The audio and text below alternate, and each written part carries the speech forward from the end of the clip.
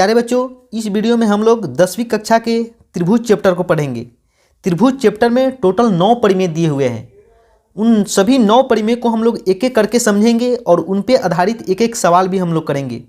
Video के अंत में आप यह भी देखेंगे कि आखिर इन 9 परिमेयों को याद कैसे रखा जाता है। यदि तुमको त्रिभुज चैप्टर टफ लगता है तो इसका 2 ही रीज़न हो सकता है, या तो तुमको परिमेय याद नहीं हो, अदरवाइज तुमको परिमेय की सही जानकारी नहीं हो। तो चलिए अब हम लोग शुरू करते हैं। सबसे पहले हम लोग पढ़ेंगे थेल्स परिमेय। थेल्स परिमेय क्या है? यदि किसी त्रिभुज की एक भुजा के समांतर अन्य 2 भुजाओं को भिन्न भिन्न बिंदुओं पर प्रतिच्छेद करने के लिए एक रेखा खींची जाए तो अन्य 2 भुजाएं एक ही अनुपात में विभाजित होती है।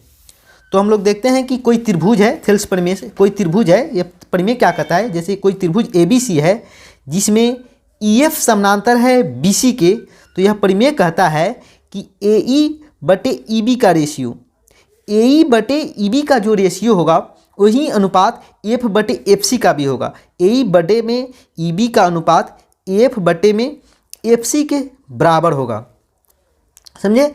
इस परिमेय से 2 चीज़ और निकल के आती है कि AE/AB कंप्लीट AB, AE/AB जो बराबर होगा F/AC के, F/AC के टोटल AC, इसका ऊपर वाला और इस वाला यह पूरा भाग AC। समझे? और इसी तरह एक चीज़ और निकल के आएगी। AE/, हमने कहा, अब मैं नीचा वाला लेता हूँ EB/AB बराबर होता है FC/AC के, FC/AC के। इसमें आप +1 करेंगे इस भिन्न में तो आपको यह निकल के आएगा, और इसको उल्टा करके उसमें 1 करेंगे तो यह निकल के आएगा। इसलिए हमने बताया कि इसका भी कहीं ना कहीं एप्लीकेशन अलग अलग सवाल में होते हैं। तो सबसे मेन है आपको यह वाला थेल्स परिमेय याद रखना, जिसमें यह कहता है कि अगर कोई रेखा तीसरी भुजा के समानांतर हो तो अन्य 2 भुजाएं बराबर अनुपात में काटती है ना। तो चलिए इस पर आधारित एक हम लोग सवाल कर लेते हैं। यहाँ पे एक त्रिभुज दिया हुआ है ABC, जिसमें यहाँ पे 3 भाग तो दिया हुआ है, 1 भाग नहीं दिया हुआ है। और त्रिभुज में लिखा हुआ है कि D समानांतर होता है, D समानांतर है BC के, तो AD को निकालना है। तो AD निकालने के लिए यहाँ पे थेल्स परिमेय में हो सकता है, क्योंकि D समानांतर है BC के। तो थेल्स परिमेय में हमने क्या देखा? AD/DB बराबर होगा, इधर का अनुपात इधर के अनुपात के बराबर में होगा, AE/EC के बराबर में होगा। तो AD तो दिया हुआ नहीं है, तो AD के जगह पे AD रहने देंगे। DB के जगह पे क्या दिया हुआ है? 7.2। यहाँ पे AE है, AE के जगह स्थान पर क्या है?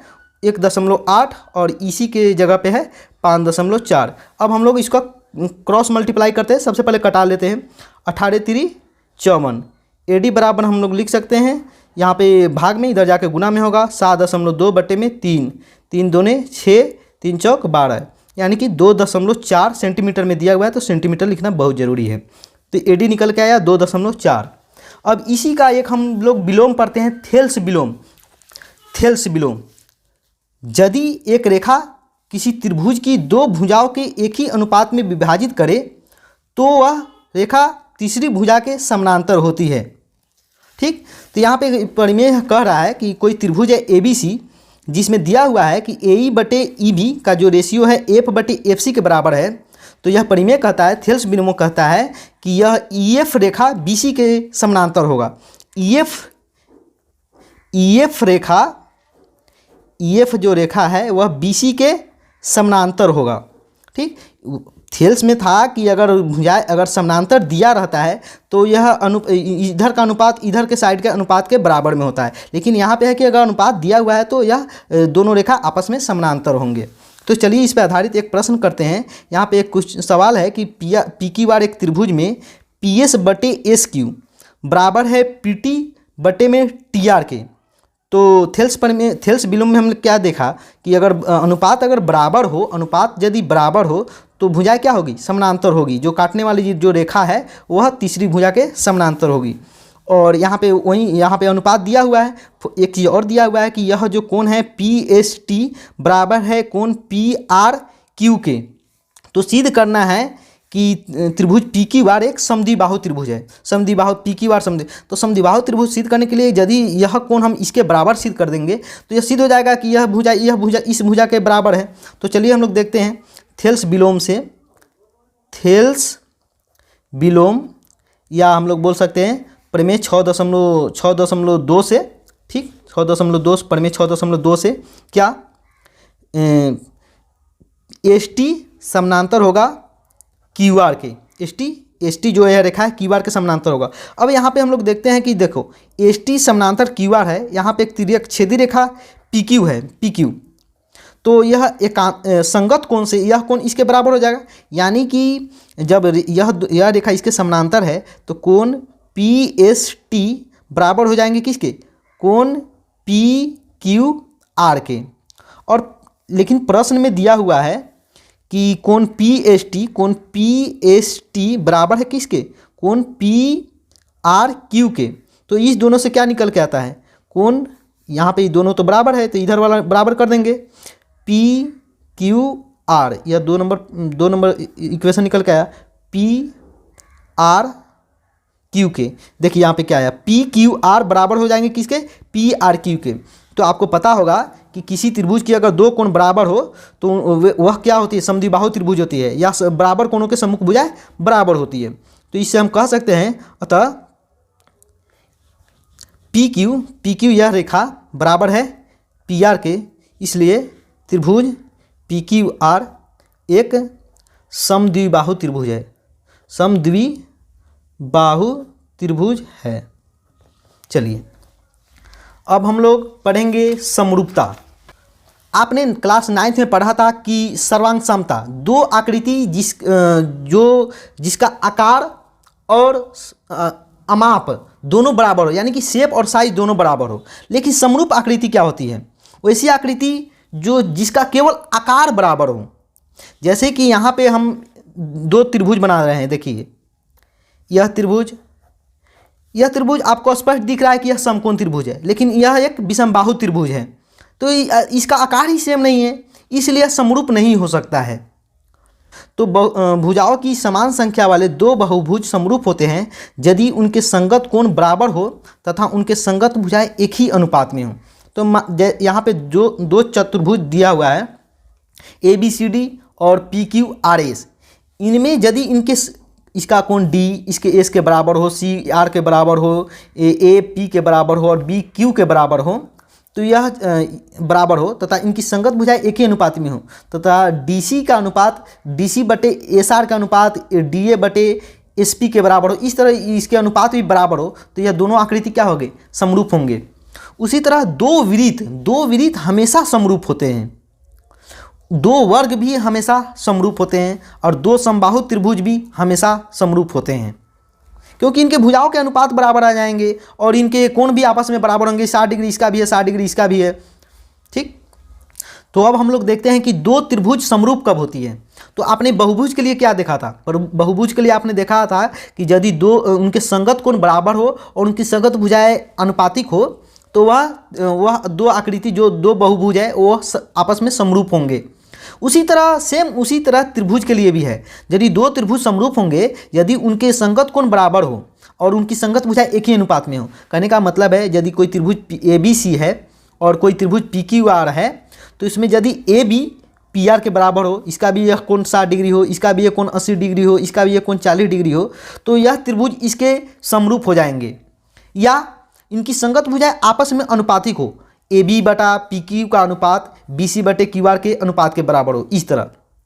तो हम लोग समरूपता के 3 सबसे मुख्य परिमेय हैं, ए समरूपता, एस समरूपता और एस समरूपता। इन तीनों को सबसे पहले समझेंगे, उसके बाद इसके आधार पर दो और समरूपता परिमेय हैं, समरूपता पर आधारित दो और परिमेय हैं, एक है क्षेत्रफल वाला और उसके बाद एक है समकोण त्रिभुज वाला, उसको भी हम लोग देखेंगे। तो चलिए सबसे पहले हम लोग देखते हैं समरूपता का परिमेय 6.3 ए परिमेय, या इसको ए परिमेय भी बोला जाता है। यदि दो त्रिभुजों में संगत कोण बराबर हो तो उनकी संगत भुजाएं एक ही अनुपात में होती है और इसलिए त्रिभुज समरूप होते हैं। कहने का मतलब है यह कोई दो त्रिभुज है A B C P Q R, तो तो यह परिमेय कहता है कि उनके संगत कोण यदि बराबर हो, मान गया कोण ए कोण पी के बराबर हो, कोण बी कोण क्यू के बराबर हो और कोण सी कोण आर के बराबर हो, कोण सी कोण आर के बराबर हो, तो यह परिमेय कहता है कि इनकी संगत भुजा अनुपातिक होंगी। तो ए बी बटे में पी क्यू का जो रेशियो होगा, ए बी बटे पी क्यू का जो रेशियो होगा, वहीं बी सी बटे क्यू आर का भी रेशियो होगा, अनुपात होगा। बी सी बटे में क्यू आर का भी अनुपात वही होगा और वही अनुपात ए सी बटे में पी आर की भी होगा, ए सी बटे में पी आर का भी अनुपात वही होगा और इसलिए दोनों त्रिभुज समरूप हो जाएंगे। इसलिए त्रिभुज ए बी सी समरूप कैसे दिखाते हैं हम लोग, एक उल्टा एस लिखते हैं, गिरा हुआ एस, ठीक, और फिर त्रिभुज पी क्यू आर के समरूप हो जाएंगे। तो आप जो समरूपता का हम लोग कोई भी दो त्रिभुज कब समरूप होते हैं, यदि उनके कोण आपस में बराबर हो, संगत कोण बराबर हो, कहने का मतलब है संगत कोण बराबर हो और उनके भुजाएं अनुपातिक हो। तो इस पर में क्या करा, अगर कोण केवल कोण भी बराबर हो जाए तो यह फिक्स है कि उनकी भुजाएं अनुपातिक होंगी। केवल कोण अगर बराबर हो जाए, केवल संगत कोण केवल बराबर हो जाए तभी त्रिभुज समरूप हो जाएंगे और एक चीज़ और निकल के आएगा कि उनकी भुजाएं भी अनुपातिक हो जाएंगी। तो चलिए इस पे आधारित हम लोग एक सवाल करते हैं।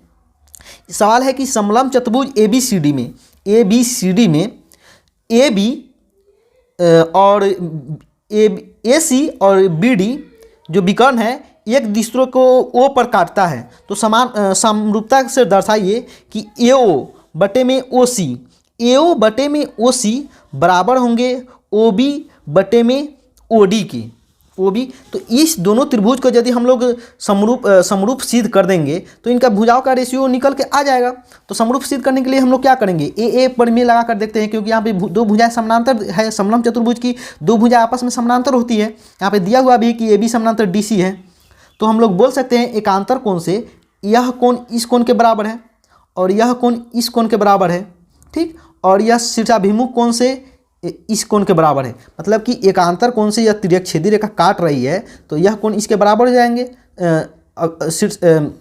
एकांतर कोण, और उसी तरह यह कोण इसके बराबर हो जाएंगे। तो ए समरूपता परिमेय से यह सिद्ध हो जाता है कि यह त्रिभुज इसके समरूप होंगे। चलिए अब इसको लिख लेते हैं।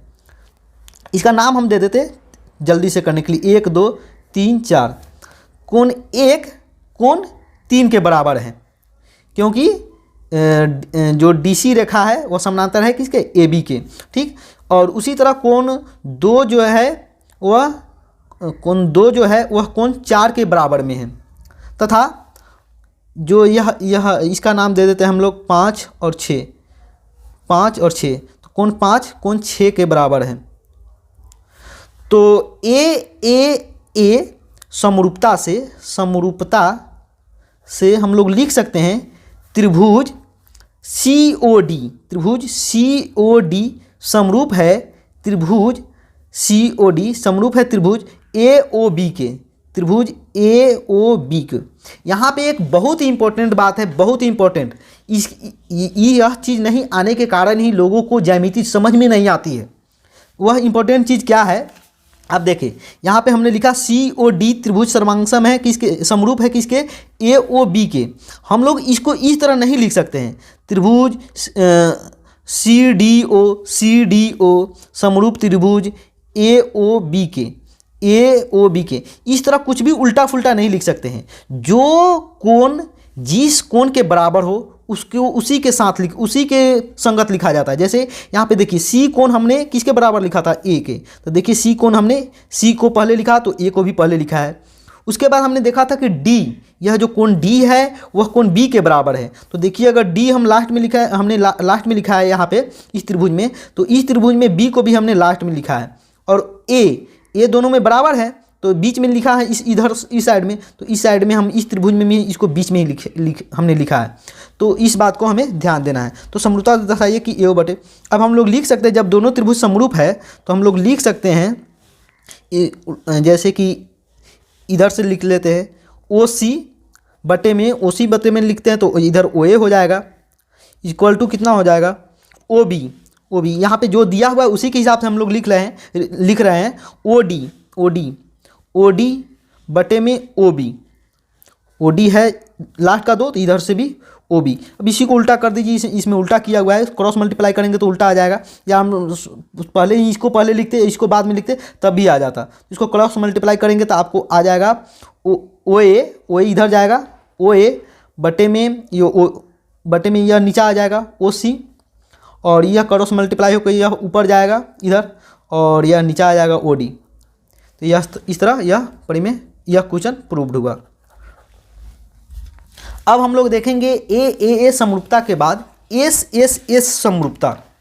एस समरूपता क्या कहता है? देखो यहाँ पे हमने देखा था कि अगर तीनों कोण समरूपता परिमेय का फर्स्ट परिमेय था ए, इसमें तीनों कोण यदि इसके तीनों कोण के बराबर हो जाए तो त्रिभुज समरूप होते हैं। समरूप करने का मतलब इनके भुजाएं का अनुपात बराबर होती है और त्रिभुज समरूप हो जाता है। उसी तरह इसमें कह रहा है कि अगर तीनों भुजाएं, देखो यहाँ पे क्या लिखा हुआ है, एस समरूपता, यदि दो त्रिभुजों की संगत भुजाएं अनुपातिक हो, अर्थात एक ही अनुपात में हो, तो उनके संगत कोण बराबर होंगे और इसलिए त्रिभुज समरूप होंगे। तो यहाँ पे दो त्रिभुज है A B C, P Q R, ये दोनों त्रिभुज की भुजाएं अनुपातिक है। कहने का मतलब है कि ए बी बटे में पी क्यू का जो अनुपात है वही बी सी बटे में क्यू आर का अनुपात के बराबर है, बी सी बटे में क्यू आर के अनुपात के बराबर में है, और वही अनुपात ए सी बटे पी आर का भी है, ए सी बटे पी आर का भी अनुपात वही है। यह प्रश्न में दिया हुआ है। यह परिमेय कहता है अगर ऐसा हो तो कोण ए वाला जो कोण है यह इस कोण के बराबर होंगे, उनके संगत कोण भी बराबर होंगे। तो ए यदि इतना हो तो कोण ए कोण पी के बराबर होंगे, कोण बी कोण क्यू के बराबर होगा, और कोण सी कोण आर के बराबर हो जाएगा। और इसलिए त्रिभुज समरूपता के लिए क्या दो कंडीशन यह है कि उनके भुजाएं अनुपातिक हो और उनके कोण आपस में संगत कोण बराबर हो, तो त्रिभुज समरूप हो जाएंगे। तो इसमें केवल एक चीज़ भी, हमें अगर प्रश्न में एक चीज़ भी दिया हो कि उनके संगत कोण, उनके संगत भुजाएं अनुपातिक हो, तो सिर्फ एक चीज़ से हम लोग बोल सकते हैं कि त्रिभुज समरूप होंगे, और यह भी बोल सकते हैं कि उनके संगत कोण आपस में बराबर होंगे, जो कि यह निकल के आया। चलिए इस पर आधारित हम लोग एक सवाल करते हैं जिससे और क्लियर हो जाएगा। जैसे कि यहाँ पे एक क्वेश्चन है कि ए बी सी एक त्रिभुज है और एक त्रिभुज पी क्यू आर है। इसमें इसके तीनों साइड दिया हुआ है, इसमें इस त्रिभुज के भी तीनों साइड दिया हुआ है। इसके अनुपात को हम लोग देखते हैं, और यहाँ पे निकालना क्या था, यहाँ पे कोण पी को निकालना था, कोण पी। तो कोण पी निकालने के लिए अगर इस त्रिभुज के अगर हम सर्वांग समरूप सिद्ध कर देते हैं तो यह आराम से यह कोण निकल सकता है, क्योंकि इसके तीनों भुजा दिए हुए हैं। तो यहाँ पे हम लोग देखते हैं कि जो बी सी भुजा है इसका दुगुना पी क्यू भुजा है, तो 6/12 1/2 निकल के आया। फिर यहाँ पे यह देखिए ए सी इसका दो गुना है पी आर, तो हम लोग लिखते हैं ए सी पहले लिखते हैं 3√3 बटे में 6√3, क्या निकल के आएगा 3 दूने 6, 1/2। और फिर उसी तरह यहाँ पे ए बी का अनुपात यहाँ पे आर क्यू के बराबर दिख रहा है, इसका दुगुना दिख रहा है। तो ए बी 3.8 बटे में 7.6, इसको कटाएंगे कितना आएगा 1/2। यानी कि हम लोग यहाँ पे देख रहे हैं इसके संगत भुजाएं और दोनों त्रिभुज की संगत भुजाएं क्या है, एक ही अनुपात में है। जो बी सी बटे क्यू आर का अनुपात है, बी सी बटे जो पी क्यू का अनुपात है, वही अनुपात ए सी बटे पी आर का है, और वही अनुपात ए बी बटे आर क्यू का है, यानी कि 1/2 है। तो हम लोग बोल सकते हैं कि दोनों त्रिभुज क्या है, समरूप है। इसलिए हम लोग बोल सकते हैं कि त्रिभुज ए बी सी समरूप है। यहाँ पे नाम लिखने में हमको बहुत ही विशेष ध्यान देना है। ए बी हमने पहले लिखा, उसके बाद हमने सी लिखा, यह 3.8 वाला लिखा, उसके संगत उसके बाद 6 था, तो इसी के संगत हम लोग यहाँ पे देंगे। इसके संगत हम लोग देख रहे हैं ए वाला है आर क्यू। उसके बाद देखिए इसका दुगुना है, तो आर क्यू के बाद हम लोग पी लिख रहे थे, यहाँ पे पी, यानी कि यह दोनों त्रिभुज समरूप होंगे। तो यहाँ से निकल के आता है कि कोण पी जो है कोण सी के बराबर है, कोण पी जो है कोण सी के बराबर है। तो यहाँ पे सबसे पहले हमको कोण सी निकालना पड़ेगा, तब जाके हमको कोण पी पता चलेगा। तो कोण सी कितना है, तीनों कोणों का जो योग कितना होता है 180 होता है। तो 80 तो यह हो गया 60, यहाँ पे यह 40 डिग्री हो जाएगा। तो 40 डिग्री हो जाएगा, या मतलब कोण सी बराबर कोण पी होगा, तो कोण सी का वैल्यू कितना दिया 40 डिग्री, इसलिए कोण पी कितना हुआ 40 डिग्री हुआ। चलिए इसके बाद हम लोग देखते हैं एस परिमेय, जो परिमेय 6.5 है, यदि किसी त्रिभुज का एक कोण दूसरे त्रिभुज के एक कोण के बराबर हो तथा इन कोणों के अंतर्गत करने वाली भुजाएं अनुपातिक हो तो दोनों त्रिभुज समरूप होते हैं। इस परिमेय में कहता है यदि कोई त्रिभुज ए बी सी है और पी क्यू आर है, इसका एक कोण पी कोण ए कोण पी के बराबर है। प्रश्न में दिया रहेगा कि कोण ए कोण पी के बराबर है तथा ए बी बटे पी क्यू का जो अनुपात है, ए बी बटे में पी क्यू का जो अनुपात है वह ए सी बटे में पी आर के बराबर है। ए सी बटे में पी आर के बराबर है। यहाँ पे ध्यान दीजिए, ऐसा नहीं कि कोई भी भुजा का अनुपात ले लेंगे। यहाँ पे जो कोण दिया हुआ है उसको अंतर्गत करने वाली दो भुजाएं, जैसे कोण यह ए बी भुजा और ए सी भुजा, ए बी भुजा और ए सी भुजा, और फिर पी क्यू भुजा पी आर भुजा, इस कोण को अंतर्गत करने वाली ही भुजाएं हैं।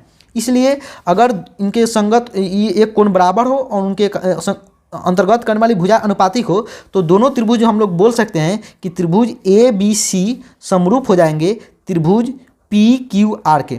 अब यदि दोनों त्रिभुज समरूप हो जाएंगे तो हमको पता है कि यदि दो त्रिभुज समरूप हो तो उनके संगत कोण बराबर होते हैं, और उनके संगत जैसे एक ही कोण दिया हुआ था ना, अब हम लोग बोल सकते हैं कि इसके तीनों कोण के बराबर होंगे, इस त्रिभुज के पी क्यू आर के, और इसके संगत कोण इसके एक ही दो ही भुजा दिया हुआ था, हम लोग बोल सकते हैं कि अब बी सी बटे क्यू आर भी ए बी बटे पी क्यू के बराबर होंगे। तो चलिए हम लोग एक सवाल करते हैं। यहाँ पे दिया हुआ है कि त्रिभुज एम एन एल और त्रिभुज पी क्यू आर क्या समरूप है, इसको यह सिद्ध करना है। क्या त्रिभुज एम एन एल और पी क्यू आर क्या समरूप है? तो इसके लिए हम लोग देखते हैं, यहाँ पे समरूपता के 3 परिमेय हमने अभी तक पढ़ा, एस एस एस ए और ये है एक एस ए एस। तो एस एस एस तो नहीं लग सकता क्योंकि यहाँ पे नहीं तीनों भुजा तो नहीं दिया हुआ है, और नहीं ए समरूपता परिमेय ही लग सकता है, नहीं इसमें तीनों कोण ही दिया हुआ है। तो यहाँ पे लगेगा हमारा एस ए एस समरूपता परिमेय।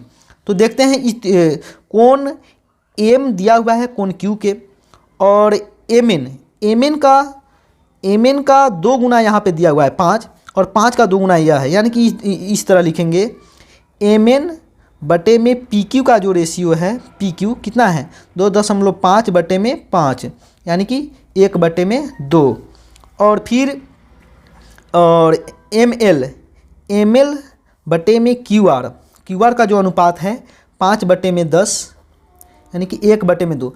अब हम लोग क्या देखें कि एम क्यू के बराबर है और इनके संगत और इनके अंतर्गत करने वाली भुजाएं भी एक ही अनुपात में हैं। यहाँ पे क्या हुआ, एम एन बटे में पी क्यू का जो अनुपात है वह एम एल बटे में क्यू आर के अनुपात के बराबर है। इसलिए हम लोग बोल सकते हैं त्रिभुज, नाम लिखने में ही सबसे मेन है, नाम लिखना सीखिए पहले। एम एन एल लिख लेते हैं, एम एन एल समरूप होंगे क्या, नाम लिखने में यहाँ पे ध्यान दीजिए। एम पहले तो जो संगत कोण है उसके बराबर लिख लिए, और इस भुजा को हमको पहले एम एन भुजा को हम लोग पहले लिखे, तो यहाँ पे पी क्यू भुजा को लिखेंगे क्यू पी आर।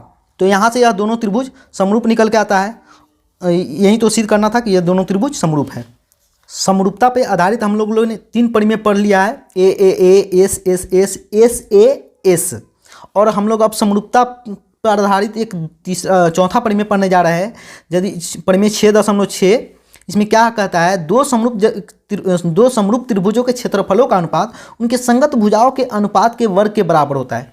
यह परिमेय कह रहा है कि मान गए कोई त्रिभुज ए बी सी और पी क्यू आर दोनों समरूप त्रिभुज है। यहाँ पे लिख लेते हैं त्रिभुज जो ए बी सी है यह समरूप है किसके, त्रिभुज पी क्यू आर के। तो यह परिमेय कहता है कि यदि दोनों त्रिभुज समरूप हो तो उनके संगत भुजाओं के अनुपात का वर्ग, उनके क्षेत्रफलों का अनुपात उनके संगत भुजाओं के अनुपात के वर्ग के बराबर होते हैं। तो त्रिभुज ए बी सी का क्षेत्रफल होगा, अभी यहाँ तो हमें पता नहीं है, लेकिन हम इनके केवल संगत समरूपता से ही हम बता सकते हैं कि इसका अनुपात क्या होगा इसके क्षेत्रफल का।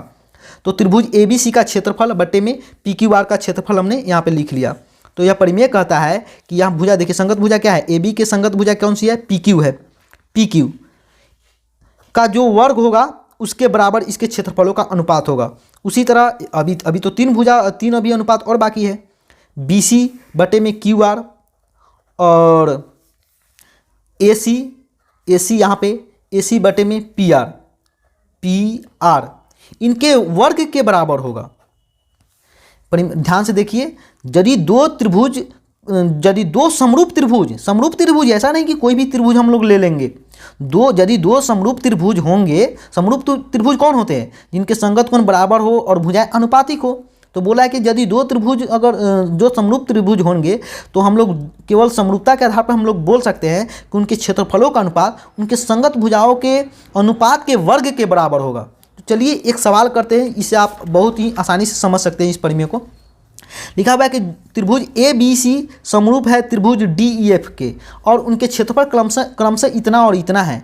तो यदि EF इतना है तो इसके BC ज्ञात कीजिए। कोई भी एक साइड दिया हुआ है, एक साइड पूछ रहा है, तो हम लोग को तो यह यहाँ पे हमें दो चीज़ दिया हुआ है, एक तो समरूप दिया हुआ है, त्रिभुज दोनों हैं, और दो क्षेत्रफल दिया हुआ है। तो आराम से इनका भुजा ज्ञात कर सकते हैं। क्या था परिमेय में, अगर समरूप दिया हुआ है और यहाँ पे क्षेत्रफल भी दिया हुआ है तो भुजा निकाल सकते हैं। अगर भुजा दिया रहता तो क्षेत्रफल का अनुपात बता सकते थे। तो चलिए यहाँ पे क्षेत्रफल नहीं दिया हुआ है, भुजा का अनुपात पूछ रहा है, तो हम लोग लिख सकते हैं एरिया यानी कि क्षेत्रफल ऑफ त्रिभुज ABC बटे में एरिया ऑफ त्रिभुज DEF किसके बराबर होगा? EF साइड दिया हुआ है EF, तो हम लोग EF को नीचा लिखते हैं। EF साइड हमको दिया हुआ है, EF के संगत कौन सी भुजा है? EF के संगत भुजा ही तो BC है, BC इसके स्क्वायर के बराबर होगा, यह परिमेय बोलता है। तो इसका क्षेत्रफल कितना दिया हुआ है? ABC का 64 और इसका कितना है? 121 और यहाँ पे EF कितना दिया हुआ है? 15.4 और BC कितना दिया हुआ है? BC तो हमको निकालना है, BC इसके स्क्वायर के बराबर होंगे। तो इधर देखिए यहाँ पे जो स्क्वायर है इसको इधर जाकर स्क्वायर रूट में रूट अंडर हो जाएगा। रूट अंडर 64 बटे में 121 इक्वल टू BC बटे में 15.4। 64 का कितना होगा? 8 8 64, 11 11 121। इसका वर्गमूल निकालेंगे तो इतना 8 बटे में 11 आएगा। BC बटे में हम लोग लिख सकते हैं 15.4। हमें अब BC आराम से निकल जाएगा। BC बराबर हम लोग लिख सकते हैं कितना? BC इधर ही रहेगा तो 8 इंटू 15 10, BC को इधर ही रहने देते हैं, इधर या भाग में इधर गुना में कर देते हैं। 8 गुने 15.4 बटे में 11, 11 से यह कट जाने वाला लगता है। 11 में 11, 11 4 44। इसको मल्टीप्लाई कर लीजिए 1.4 को 8 से, कितना होगा? 112। जैसे मल्टीप्लाई कीजिए, 8 चौके 32 के 2 हाथ में 3, 8 का 8 9 10 11, 11.4 यानी कि 11.4 सेंटीमीटर BC का आंसर आ गया है। क्या दिया हुआ था कि दोनों त्रिभुज समरूप है, और समरूप है तो हम लोग बोल सकते हैं कि उनके क्षेत्रफलों का अनुपात उनके भुजाओं के अनुपात के वर्ग के बराबर होगा। तो उनके क्षेत्रफलों का अनुपात लिख लिया, उनके भुजा कोई भी दो भुजा ले लिए, संगत भुजा ले लिए, उसके स्क्वायर कर दिए और BC इस तरह निकल गया हमारा। और समरूपता पे आधारित ही एक और परिमेय है, परिमेय 6.7। यदि किसी समकोण त्रिभुज के समकोण वाले शीर्ष से कर्ण पर लंब डाला जाए, समकोण वाले शीर्ष से कहाँ लंब डाला जाए? कर्ण पर, तो इस लंब के दोनों ओर बने त्रिभुज, यह इस लंब के द्वारा जो दोनों ओर बने त्रिभुजों के परस्पर और मूल त्रिभुज के समरूप होते हैं। चलिए इसको हम समझाते हैं, आपको जल्दी ही समझ में आ जाएगा। जैसे देखिए यह कोई त्रिभुज है, त्रिभुज ABC कौन सा त्रिभुज है? समकोण त्रिभुज है, समकोण त्रिभुज है। इसका ये कौन समकोण है? बोला इसके समकोण वाले शीर्ष से कर्ण पर लंब डाला जाए। इसका समकोण वाला शीर्ष तो यही है, इसे कर्ण BC है, इस पे लंब डाला गया। तो बोला है लंब के दोनों ओर बने त्रिभुज परस्पर और मूल त्रिभुज के समरूप होंगे। यह दोनों जो है, यह त्रिभुज जो लंब के द्वारा तीन त्रिभुज बन रहे हैं। एक तो यह त्रिभुज है ADB और त्रिभुज ADC, यह दोनों आपस में समरूप होंगे। और एक चीज़ और बोला है कि वो परस्पर तो समरूप होंगे ही, मूल त्रिभुज के भी समरूप होंगे। मूल त्रिभुज कौन सा है? ABC त्रिभुज है। तो यह जो ADB त्रिभुज है वह ABC के समरूप होंगे, और फिर त्रिभुज ADC भी ABC के समरूप होंगे। यहाँ पे देखिए, इसको यहाँ पे लिखना ही सबसे मेन कला है। समरूपता अगर आपको लिखने आ गया तो आपको जो त्रिभुज चैप्टर है, ज्यामिति चैप्टर है, बहुत ही आसान लगने लगेगा। यहाँ पे अब हमको लिखना है तो हम सबसे पहले लिखते हैं, जैसे ई दोनों त्रिभुज को समरूप लिखना है तो कैसे लिखेंगे? जैसे इसका एक कोण हम लोग पहले लिखते हैं समकोण, तो DBA लिखते हैं।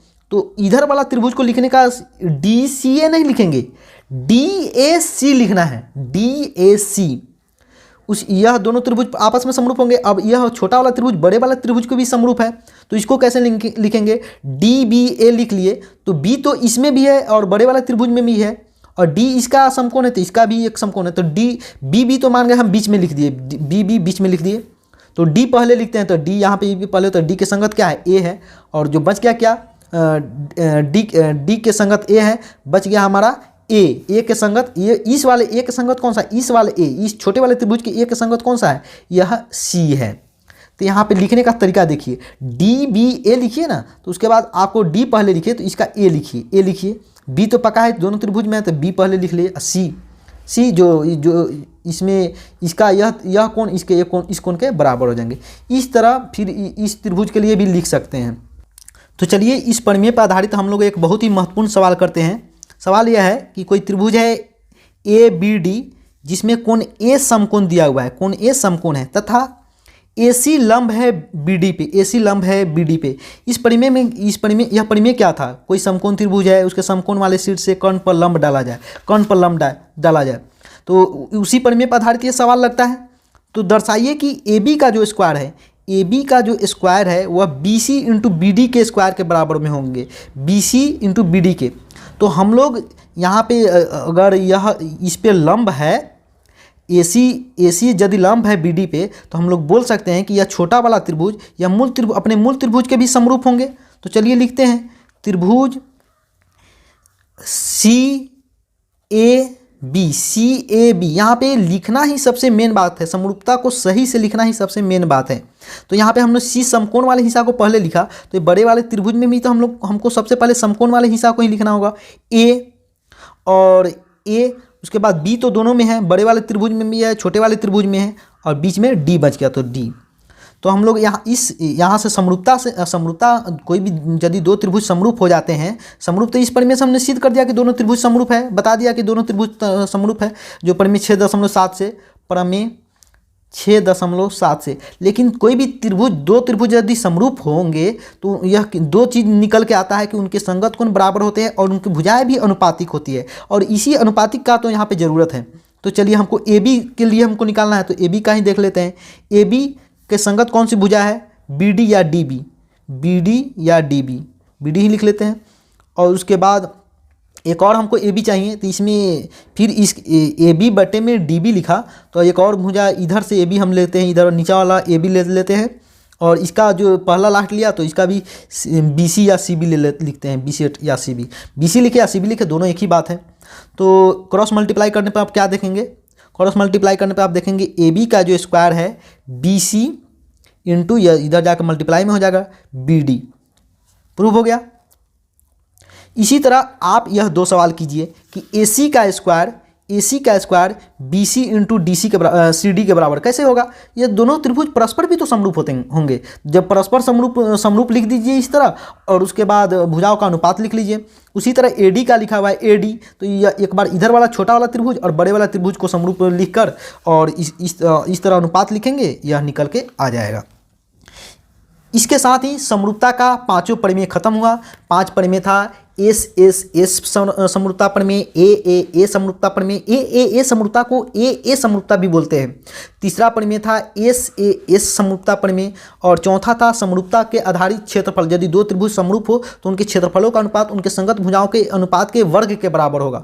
और यह हमने 5वां प्रमेय जो पढ़ा कि अगर कोई समकोण त्रिभुज हो, उसके समकोण वाले शीर्ष से कर्ण पर लंब डाला जाए तो त्रिभुज परस्पर छोटे त्रिभुज परस्पर समरूप होंगे और वह मूल त्रिभुज के भी समरूप होंगे। चलिए इसके बाद हम लोग देखते हैं त्रिभुज चैप्टर में जो तीसरा हिस्सा है वह है पाइथागोरस प्रमेय का। पहला हिस्सा था थेल्स प्रमेय का, दूसरा हिस्सा था समरूपता का, और तीसरा हिस्सा है पाइथागोरस प्रमेय। पाइथागोरस प्रमेय तो आप लोग 8th क्लास से ही पढ़ते आए हुए हैं। पाइथागोरस प्रमेय क्या होता है, कर्ण का वर्ग उसके दो भुजाओं के वर्ग के बराबर होते हैं। कि एक समकोण त्रिभुज में कर्ण का वर्ग अन्य दो भुजाओं के वर्ग के योगफल के बराबर होते हैं। ये तो आपको पहले से ही पता है, या बहुत त्रिकोणमिति वगैरह में आप इसको बहुत यूज भी किए होंगे। AC का जो स्क्वायर होगा AB के स्क्वायर प्लस BC के स्क्वायर के बराबर में होगा। चलिए इस पर आधारित हम लोग एक सवाल भी करते हैं कि यहाँ पे 3 साइड लिखा हुआ है किसी त्रिभुज का, क्या समकोण त्रिभुज की भुजाएं है? तो हम लोग करके देखते हैं। अगर समकोण त्रिभुज की भुजा होगी तो बड़े वाला का स्क्वायर अन्य दो भुजाओं के वर्ग के योग के बराबर होगा। तो 13 का स्क्वायर करके देखते हैं, 13 169, 12 का स्क्वायर जोड़ 5 का स्क्वायर करते हैं, 12 बराबर 144, 5 25, दोनों को ऐड करने पे क्या आएगा 5 5 4 9 4 2 6 1 169, यानी कि 13 का स्क्वायर जो आया 12 के स्क्वायर और जोड़ 5 के स्क्वायर के बराबर हो गया। तो हम लोग बोल सकते हैं कि ABC एक समकोण त्रिभुज की भुजा है, समकोण त्रिभुज है या समकोण त्रिभुज की भुजा है।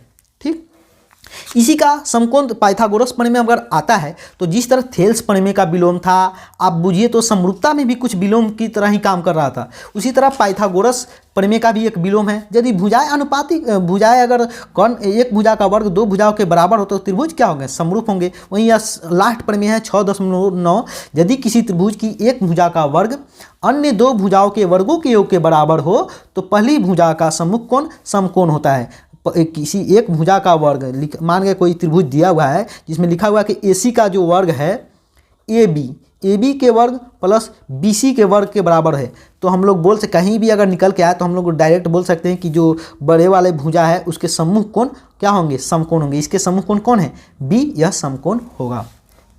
सबसे पहले आपने देखा कि थेल्स प्रमेय में क्या था।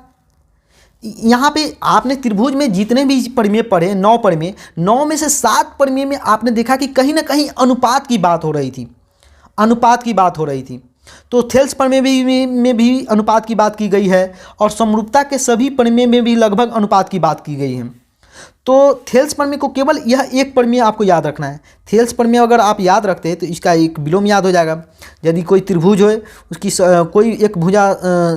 कोई भुजा के समानांतर एक भुजा खींची जाए, एक रेखा खींची जाए तो वह दोनों रेखाओं को समान अनुपात में काटती है।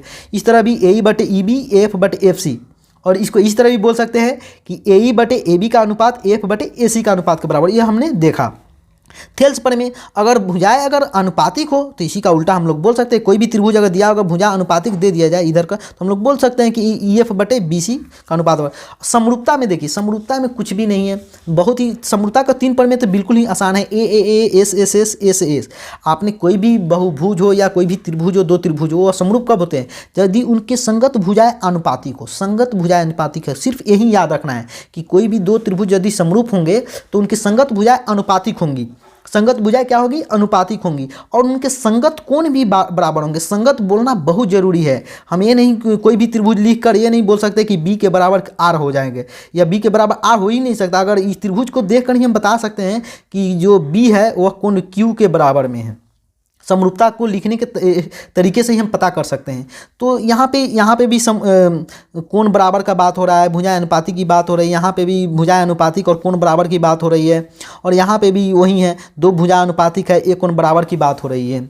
इस तरह समरूपता के आपको यह 3 प्रमेय AAA को AA प्रमेय भी बोलते हैं। अगर मान गए 2 त्रिभुज की 2 कोण इसके 2 कोण के बराबर होंगे तो पक्का है कि यह कोण भी इसके बराबर हो जाएंगे। तो AA समरूपता प्रमेय भी इसको बोलते हैं। SSS और SAS 2 थेल्स के, 3 समरूपता के, और समरूपता पर आधारित ही 2 महत्वपूर्ण प्रमेय जो बनते हैं क्षेत्रफल वाले, उनके क्षेत्रफलों का अनुपात उनके भुजाओं के अनुपात के वर्ग के बराबर होता है, और यह समकोण वाला प्रमेय, इसको आपको इसी के साथ थोड़ा थोड़ा याद रखना है। और उसके बाद जो पाइथागोरस प्रमेय तो आपको पहले से याद ही है। और यदि अगर आपको वीडियो पसंद आया हो तो आप वीडियो को लाइक कर दीजिए, अपने दोस्तों के पास इसको शेयर कर दीजिए और चैनल को सब्सक्राइब भी कर दीजिए। Thank you.